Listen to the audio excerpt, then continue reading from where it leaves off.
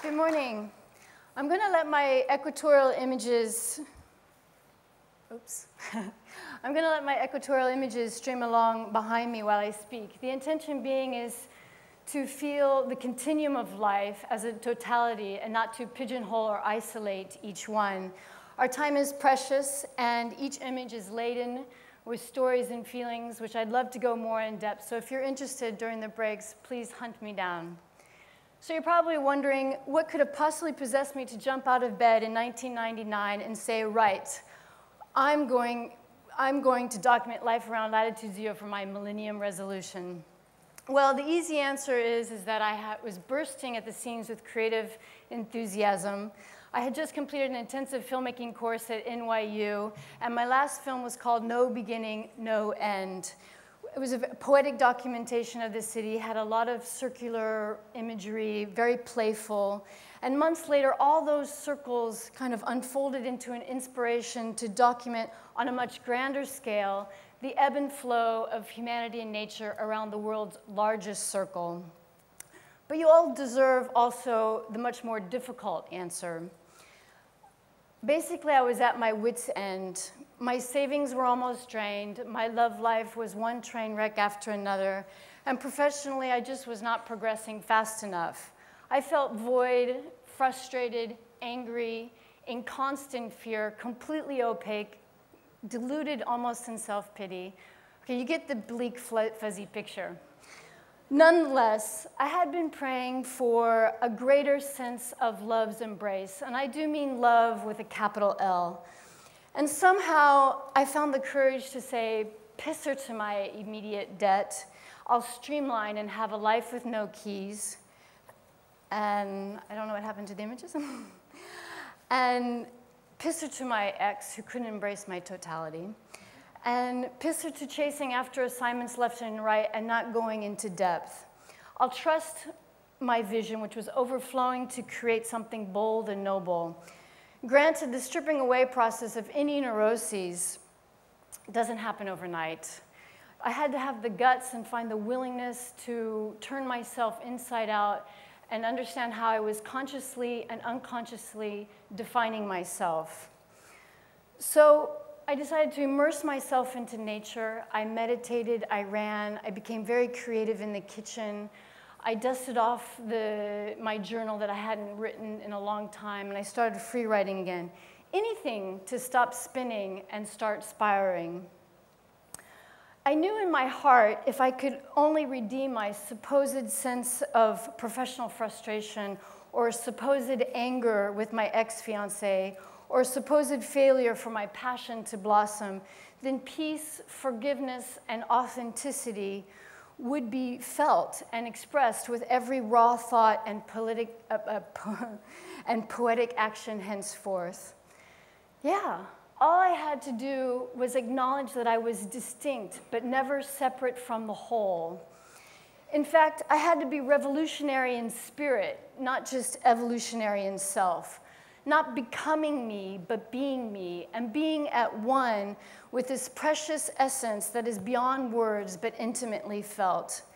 This is poetry with legs, because it moved me to be a better me, to be more honest, more creative, more inquisitive. Was I being courageous in fear, humble in pride, still in chaos? Was I being singular for the goodness of the whole? Was I being more reflective than the day before and asking myself better questions? And not just in the mental reflective state, but also in the transparent sense, cleansed of all that blah, blah, blah. And somehow this poor me syndrome cracked open, and a sublime shift in thought uplifted me out of my body one morning. And I was on a mental Mount Everest. I had dreamt that I was walking without a shadow where the sun most intensely and consistently shines, documenting life. I was on a quest to be interconnected with all. Yes, a veritable kick in the ass to be authentic, to see through my self-absorption and act, to consciously live, move, and have my being in spirit, not just in self. To connect with the world, which had been inviting my soul every second to gallop bareback in life, to reflect all-encompassing love, to define truth through every frame. Yes, I had to honor spirit, one spiritual radical reality. Holy smokes, I was on fire. The world was my oyster. The equator became my pearl, my red thread that was weaving, whispering sweet everythings to me. Come, be courageous, compassionate, and curious. Document life around the great circle that unites us all. How could I resist? I had to leap, not trot. And somehow, somewhere along this great circle, another epiphany came.